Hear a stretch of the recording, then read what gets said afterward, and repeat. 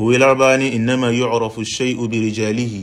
Àwọn tí bá ń ṣe nǹkan náà la mọ̀ pé mọ̀ nǹkan. Ẹ̀rí lọ́dọ̀ wa lé ní bàbá Mudirul Markaz, bàbá wa Mufti Ìlọrin, Amida tọ́lọ́run fi gbé ẹ̀sìn dúró, òun ni wọ́n jẹ́. Èèyàn fẹ́ bẹ́ẹ̀ o, èèyàn ò fẹ́ bẹ́ẹ̀ o, èèyàn fẹ́ràn wọn o, èèyàn ò fẹ́ràn wọn o, Ọlọ́run ti ṣèyí òun náà. Ìran èèyàn méjì ká máa wá rí àìgbọ́ra ẹni yé láàrin àwọn méjèèjì.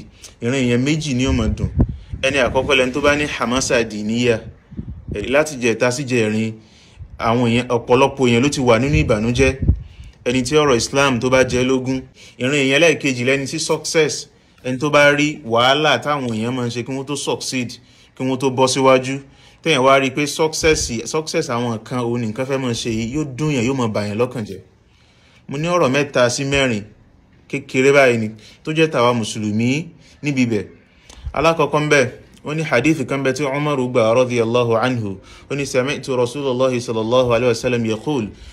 Mùsùlùmí tí ó mọ̀ rò pé ń ṣe wá ń rí báyìí, ń ṣe wá ń dà báyìí. Ẹ̀rí àti nírú ẹ̀ tó ṣẹlẹ̀ rí. Kí má gbà yín lásìkò. Wọ́n ní Ànábì tọrọ lọ́dọ̀ Ọlọ́run pé ire Ọlọ́run ọba ikhtilafu ashabi min ba'di. Mi ì fẹ́ jẹ́ káwọn sàhábà mi kí wọ́n yapa lẹ́yìn mi. Ẹ̀rí mi ì fẹ́ jẹ́ kí wọ́n nígbọ́n mi sí omi ò tó. At the end of the day, bàbá wa làwọn bàbá yìí àmọ́ wọn ṣe màláíkà. Ẹ̀rí wọn ò lè pé ìbá ọ̀rọ̀ kan lọ́bẹ̀ ni o. So Ànábì tọrọ pé lọ́dọ̀ Ọlọ́run pé Ọlọ́run má jẹ́ kí wọ́n yapa ẹnu. Ọlọ́run ọba ní rárá mi fún ọ níyẹn. Ẹ̀yin jàmáà wa. Ọ̀rọ̀ ẹlẹ́ẹ̀kejì tí mo fẹ́ fi tẹ̀lé òní wípé láti àìmọye ọdún láti ń campaign wípé jàmáà mùsùlùmí ẹ jẹ́ á ṣọ́ra fún àwọn social media merchant. Lẹ́nu ìgbà tọ́rọ̀ yìí bẹ̀rẹ̀ ẹwà àwọn tá ti fi etí wa gbọ́, tá ti fojú wa rí. Àwa tá bá ní hamasa diniya tá ń wo Islam, tá ń wo àwọn ọ̀tá rẹ̀. Torí ẹlòmí Islam nìkan ní ń wò, kò wo Islam kó mọ̀ wo ọ̀tá Islam. Tá ń wo Islam, tá ń wo àwọn ọ̀tá rẹ̀ pé àwọn ọ̀rọ̀ kan àti lọ́tún àti lósì ó ti jáde tó lè padà dẹ́ntì image ẹ̀sìn yìí.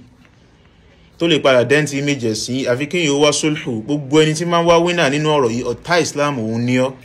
Ẹni tí máa ń wá loser nínú ọ̀rọ̀ yìí ọ̀tá Islam òun ni ọ́. Gbogbo ẹ̀yin ní kọ́mẹ́ǹtì bú, gbogbo ẹ̀yin ní fídíò burúkú, gbogbo ẹ̀yin ní nǹkan kí nǹkan, oní nǹkan kíkọ, oní nǹkan sísọ. Tẹ́ ń wá winner, tẹ́ ń wá loser, tẹ́ ń wá winner pé lágbájá ló sòdodo, lágbájá ló parọ́. Ọ̀tá Islam òun lérú ẹni bẹ́ẹ̀. Àwa kan sì ní àwa ní custodian, wọ́n ti sọ àwa kan lẹ́nu pẹ̀lú wípé ẹni tí máa ń sọ ìsọkúsọ kan nípa Islam bó jẹ́ internationally ní bó jẹ́ locally a máa gbé ilé jù. So àwọn ọ̀rọ̀ kan bẹ́ẹ̀ tá à ń gbọ́ tí ó dùn mọ́ wa pé báwo la ṣe fẹ́ ṣe léyìí. Ẹ̀rí báwo lèyàn ṣe fẹ́ handle ru eléyìí táwọn ọ̀tá Islam bá gbá eléyìí mú, báwo ni wọ́n ṣe fẹ́ ṣe. Ẹni Ànábì sallallahu alaihi wasallam, ẹni Ànábì ń sọ nínú hadithi kan pé laysa al-kadhabu alladhi yuslihu bayna an-nas fayanmi khayra aw yaqulu khayra. Ànábì ní gbogbo orun tí èèyàn bá lè sọ, kódà tí ń bá mọ̀ pé ó dà pé lágbájá yìí ló jẹ̀bi, ó dà pé lágbájá yìí ni ò dá, ó dà pé lágbájá yìí òun ló ṣe tí ò dá. Ànábì ní tí èèyàn bá sọ bẹ́ẹ̀ kéèyàn wá lọ bẹ́ẹ̀ nìkan pé ẹni tó mọ̀ rò pé ó ṣàbúrú fún ọ kò mọ̀ ṣàbúrú fún ọ.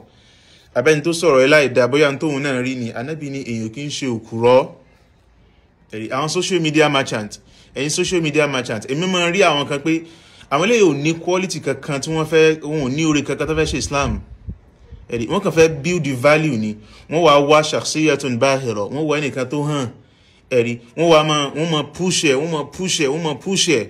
Gbogbo ẹni tí máa ń wá winner nínú ọ̀rọ̀ yìí, abẹ́ni tí máa ń wá loser nínú ọ̀rọ̀ yìí, gbogbo yín aburú lẹ̀ ń ṣe fẹ́ sìn wa, aburú lẹ̀ sì ń kó bá wa, ẹ̀ ń dójú tì wá ni. Ẹ̀yin jàmáà wa, Ọlọ́run bá ń sọ nínú Suratul Anfal pé wa ati'u Allaha wa rasulahu wa la tanaza'u fatafshalu wa tadhhaba rihukum wasbiru inna Allaha ma'as sabirin. Ọlọ́run ní wa la tanaza'u, gbogbo tí máa ń ṣẹlẹ̀ láàrin ẹ gbìyànjú kẹ́ parí ẹ̀. Ọ̀rọ̀ yóò padà lọ insha Allah, mùsùlùmí pé yóò padà tán. Àtàfà àtọmọké wọn padà papọ̀. Àmẹ́yìn kan orí yín máa ti fọ́ ìgò láàrin occurrence yìí. Ọlọ́run ní wa la tanaza'u, ẹ má ṣe gbọ́mi sí omi ò tó, fatafshalu, torí tẹ́ bá ṣe bẹ́ẹ̀ ẹ máa fail, wa tadhhaba rihukum. Ẹ wòye, wọ́n ní ká fi differences wálẹ̀. Mùsùlùmí ni gbogbo wa. Àwọn bàbá méjì custodian òun ni wọ́n, stakeholder náà jẹ́ nínú ẹ̀sìn yìí. Ẹlẹ́ẹ̀kejì ni pé ibi ìmúmi ìmọ̀ ó tún jọ pa wọ́n pọ̀. Aláàkọ̀ àfà sọmọ kéwú ni, ìlú tún jọ pa wọ́n pọ̀. Ọlọ́run ní wala tanaza'u fatafshalu, tẹ́ bá ṣe bẹ́ẹ̀ ẹ fail ẹ̀ ní develop ẹ̀ ní grow. Ó ní wa tadhhaba rihukum, gbogbo tó jó orí lára yín ó lè lọ látara tanazu'. wasbiru inna Allaha ma'a as-sabirin. Ìyún jẹ́ ọ̀rọ̀ ẹlẹ́ẹ̀kejì.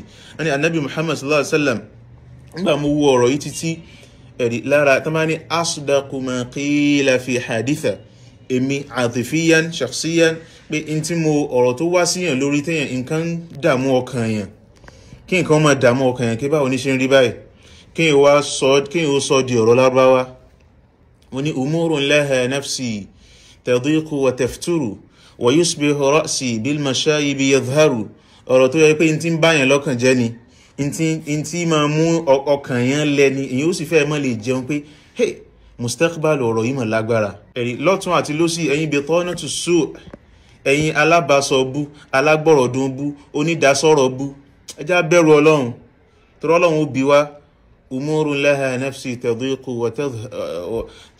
wa tafturu wa yusbihu ra'si bil mashayibi yadhharu wa tadhufu a'sabi wa tumtiru muhjati وتمطر جفنتي دموعا كما البحر بل هي أكثر. ẹni tó rí ẹ bá pé nínú ọ̀rọ̀ yìí ẹkún mọ èyí mọ sunkún sára èyí lè mọ sun síta but èyí mọ sunkún sára. وما كنت أدري ما الذي يضمر القضاء لقومي ويا ويح المنجم يخبر. kò sẹ́ni tó mọ ibo lọ̀rọ̀ yóò já sí. تصيد أسود الغي في إزي مصلح وللديك هذا ثعلب يتطهر. ẹ̀rí àwọn èèyàn kan ti gbé aṣọ wọ́n ti fi tọ́ funfun ẹ̀rí wọ́n tún yẹn síta wọ́n fi dúdú wọ́n fi sínú wọ́n pretendi àti lọ́tún ló sí wíwà táwọn fẹ́ mọ́síláhà àwọn bàbá wa yìí tó sì jẹ́ wípé ara wọn ni wọ́n fẹ́ propagate ara wọn ni wọ́n advocate fún. wàlìdíkì hádà tha'labun yatatahharu. ó dà gẹ́gẹ́ bí kọ̀lọ̀kọ̀lọ̀ ní tí ń ṣàlù àlàyé wọn pé adìẹ pé mọ́ bọ̀ kájọ kírun. akhafu ala qawmi akhafu wa ma khawfi ala alqawmi haynun akhafu ala alislami hal nahnu nadhfaru. ń bẹ̀rù ẹ̀rù sì ń bà wá lórí àwọn èèyàn wa àwọn mùsùlùmí ẹgbẹ́ wa. hal nahnu nadhfaru. ṣáwà gẹ́gẹ́ bí mùsùlùmí ṣe á sì ẹ̀rí ṣe sọ́wọ́ ẹnu wọ́ ó sì padà tókè báyìí sáà sì sọ̀kan gbogbo tó yẹ kárí lóore sáà sì máa rí báyìí. akhafu ala al-islami fi ardi Yoruba wa ya layta qawmi lil haqa'iqi absaru. ń bẹ̀rù pé ìsìláàmù ilẹ̀ Yorùbá yìí ẹ̀rí kọ́lọ́hun kó ṣàánú kó jẹ́ kí gbogbo wa kájọ rí òdodo kájọ gba òdodo kájọ embrace ìṣọ̀kan. al-ittihadu sabilul quwwa. ẹ̀yin jàmáà wa ma ahwaja al-islam lis-sulhi indana faqumu ila sulhin wa bis-sulhi harriru faqumu ila sulhin wa bis-sulhi harriru. ẹ̀yin jàmáà wa a nídìí àtúnṣe la nídìí o ẹ̀rí kí n parí ọ̀rọ̀ mi kò sí winner kò sí loser nú ọ̀rọ̀ yìí. ẹni tí máa ń wá winner èèyàn fẹ́ràn Islam ẹni tí máa ń wá loser nú ọ̀rọ̀ yìí èèyàn fẹ́ràn Islam. abẹ́lẹ́ ọ̀hún kó dákun kó bá wa tún àwùjọ wa ṣe. hadha wa sallallahu wa sallim ala sayyidina Muhammad wa ala alihi wa sahbihi wa sallim amin.